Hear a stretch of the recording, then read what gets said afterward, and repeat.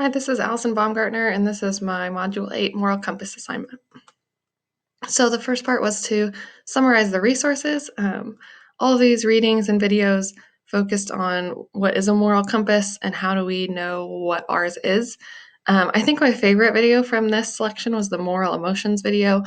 That was just something that hasn't come up in any of our reading yet, and nothing that's been discussed about like how our emotions play into morality. So I think I found that one the most interesting. And then I liked that the fourth document addressed the golden rule and the like what do unto others as you would have them do unto you idea, because I think that drives a lot of my morality.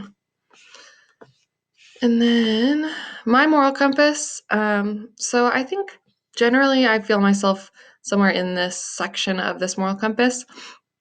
I'm kind of a stickler for rules, so I try pretty hard to be pretty upstanding.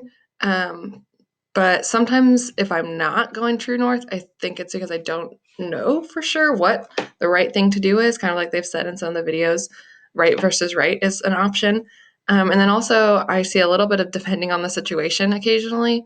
When I taught in New York City, I often saw that well, it depends, because if you don't hustle for it, you're not going to get more options or more opportunities, or you're not going to have better connections. So I could see that happening. These are my references. And then my standards correlation. I liked that this one included honesty and the golden rule. Those are specific examples of behaviors that are addressing morality. This was relevant because I felt like it was relevant to what I've been thinking about this class so far about there's a lot more ways to define what is wrong than there are to define what is right, which is frustrating. And I think this will improve my future skills by encouraging me to consider actions ahead of time.